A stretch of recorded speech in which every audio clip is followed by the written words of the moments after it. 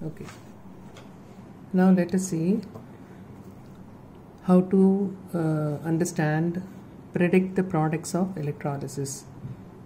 Okay, now here an aqueous solution of copper bromide is electrolyzed using platinum electrode. Now an aqueous solution of copper bromide, that means what are all the components present in an aqueous solution of copper bromide?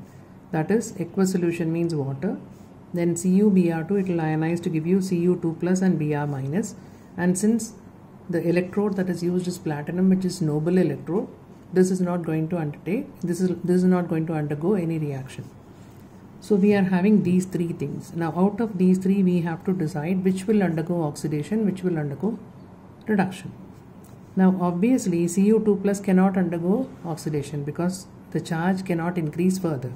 So this will undergo only reduction, and Br minus and water can undergo oxidation. So Br minus, if it is undergoing oxidation, it will give you half Br2 plus electron, and if water is undergoing oxidation, then water is oxidized to 2H plus half O2 plus 2 electron. Now how you have to remember is, now here H2O, this is in the form of H plus and O2 negative. So obviously this O2 negative will become half O2 plus 2 electron. That is what is given, and H plus is remaining as such.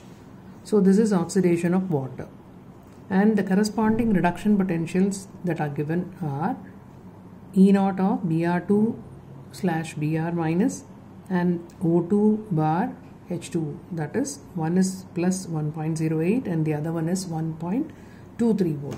Now what are these? These are reduction potential values, that is Br2 to Br minus. So we always have to use reduction potential values to understand the complete concept, and uniformly you have to use reduction potential values only for comparison. So whether it is anode or cathode, everywhere only reduction potential values are to be used. Now at the cathode it is Cu2 plus, which will undergo reduction to form Cu. And water can also undergo reduction. Now if water is undergoing reduction, the products formed are half hydrogen and OH minus. Now in this case, how you have to decide? Just take it as H plus and OH minus, and this H plus is getting reduced to half hydrogen and OH minus is left as it is. So these are the products of oxidation of water and reduction of water. And the corresponding E naught values for these two reactions are plus 0.34 and minus 0.83. Now what you have to remember is, at the anode you have to remember low electrode potential, high reducing power, and at the cathode you have to remember high electrode potential, high oxidizing power. Now by taking this into the concept, from the values you have to decide which is the most preferred reaction at the anode and at the cathode, out of these two and out of these two at the cathode.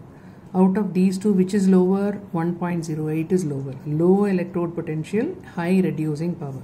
So the reaction that is preferably taking place is that of Br minus, and at the cathode it is HEP-HOP, that is high electrode potential, high oxidizing power.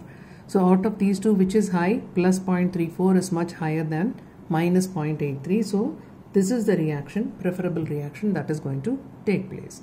So your overall reaction will be Br minus giving you half Br2 plus electron and Cu2 plus giving you Cu. That means at the anode the product formed is Br2, and at the cathode the product formed is copper. So this is what you have predicted.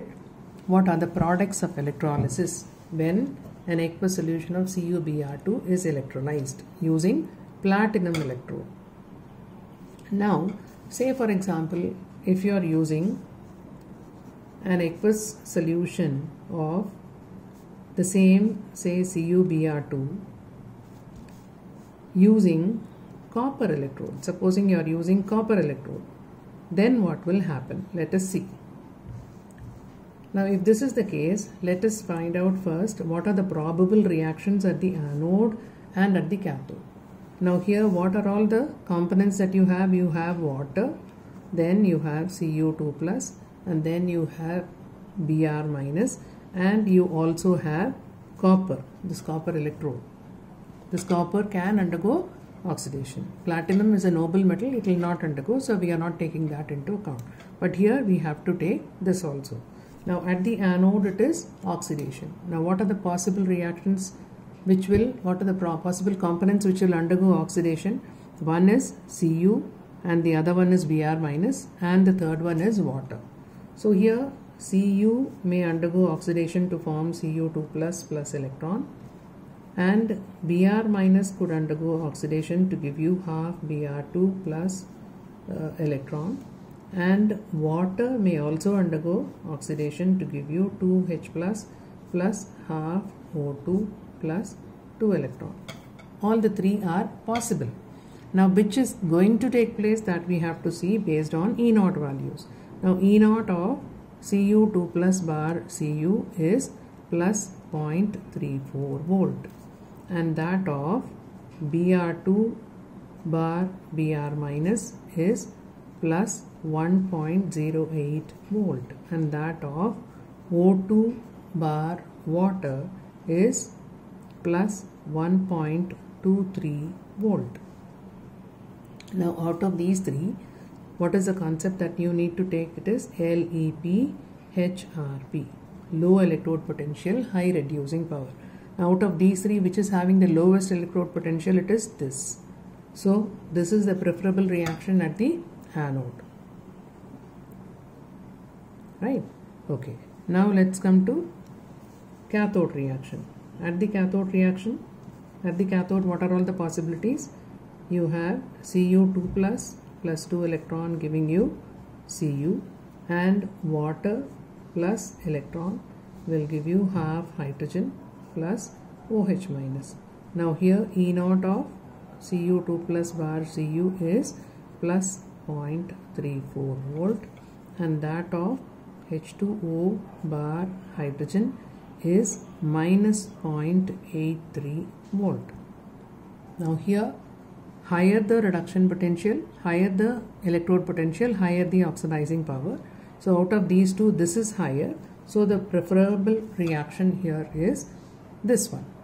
So you have the copper electrode which is used.